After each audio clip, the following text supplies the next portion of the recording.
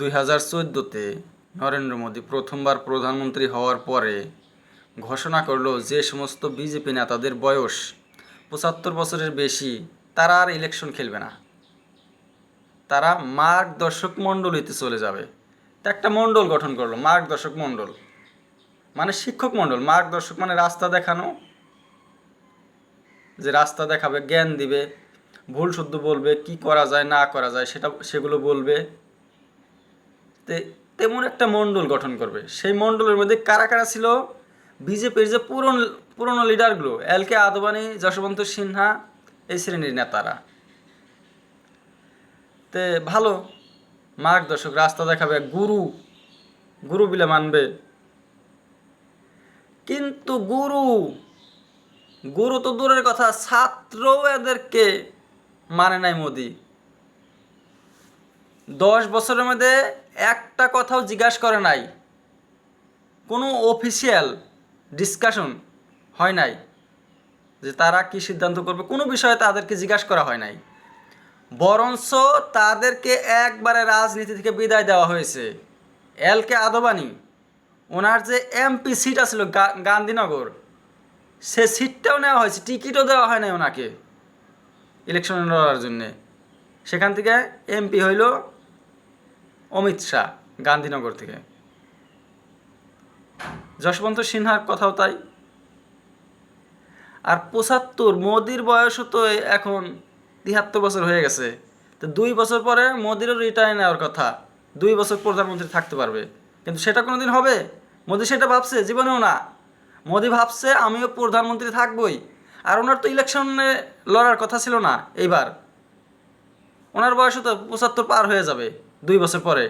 কাজে উনি কেন ইলেকশন খেললো?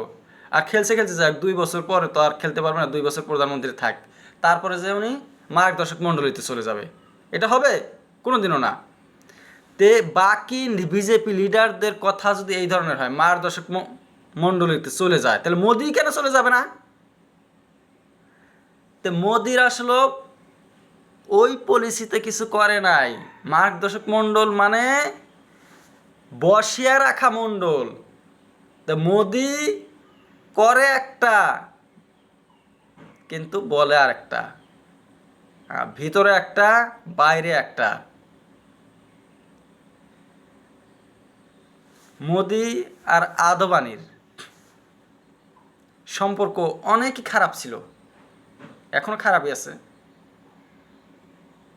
2019 না 18-তেই এই অটল বিহারীর মৃত্যু দিবসে অটল বিহারীর বাড়িতে সব নেতাদেরকে ইনভাইট করা হয়েছিল। সেখানে অটল বিহারীর বাড়িতে 2 ধরনের গদি পাড়া হয়েছিল।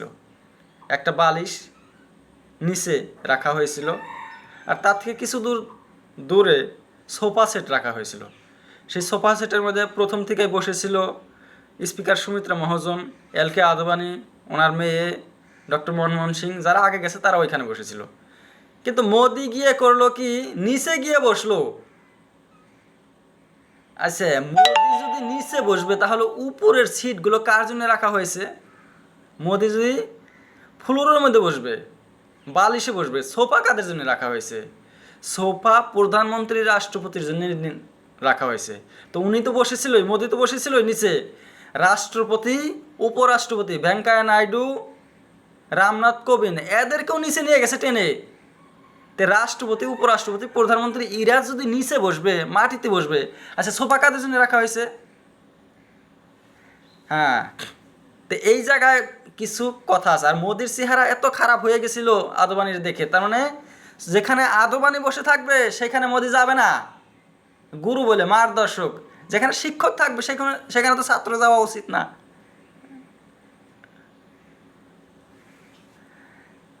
তো কাণ্ড হইল এই ধরনের। বলে ভালো ভালো খুব বলে, সবকা সাথ সবকা বিকাশ। আমরা ভাব করি না হিন্দুদের মাঝে, মুসলিমদের মাঝে।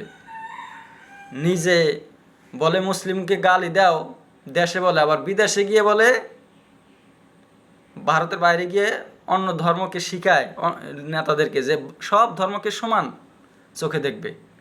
নিজে হইলে সবচেয়ে অসমান চোখে দেখে, আর ভারতে এই অবস্থা করে সৃষ্টি করে বিদেশে গিয়ে শিখায় চুরি করে।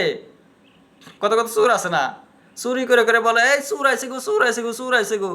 এই ধরনের যদি চোর চোর চিল্লানো যায় তাহলে তো চোর বেঁচে যাবে, কারণ ধরা কঠিন হয়ে যাবে।